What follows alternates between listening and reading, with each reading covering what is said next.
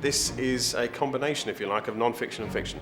It's the joy of historical fiction, that you have the skeleton of the events there, and what you're doing is filling in the gaps. If you read non-fiction, you've probably come across a story where you stop for a moment and you think, God, what must that have been like? And historical fiction, if you like, has that job already done, or at least someone has deliberately filled in those gaps to help you imagine it, and it makes it very, very vivid. You can't find better stories than those in history. That's why I write historical fiction. History has taught us to consider the name Genghis Khan as ruthless and nothing else, but at the same time it's a story of survival, and it's a story of overcoming incredible odds. And I like that. That appeals to just about everyone, I would think. He is the classic male sort of personality of the boy whose father disappears at a young age and is plunged into a very, very uber sort of macho world, and he becomes harder and more ruthless and more violent, if you like, than those around him, simply to survive.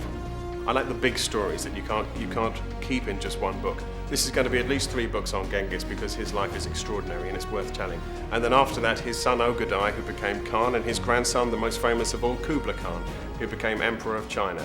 I mean, that's a story arc, from being left to die at the age of 11 to your grandson being the most powerful man on earth at that time. That's a story worth telling. Conn Iggulden also co-wrote the wildly popular Dangerous Book for Boys, proving that learning how to skip a stone or build the perfect paper airplane can be just as entertaining as a great novel. I wrote the book, The Dangerous Book for Boys, back in 2005, and then went on to write my book on Genghis Khan, beginning a whole new series.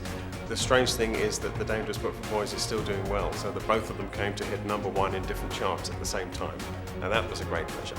What I always wanted from a book is that someone goes through it so fast that they hardly know what's happening to them, and then it chucks them out at the other end, exhausted and slightly dazed.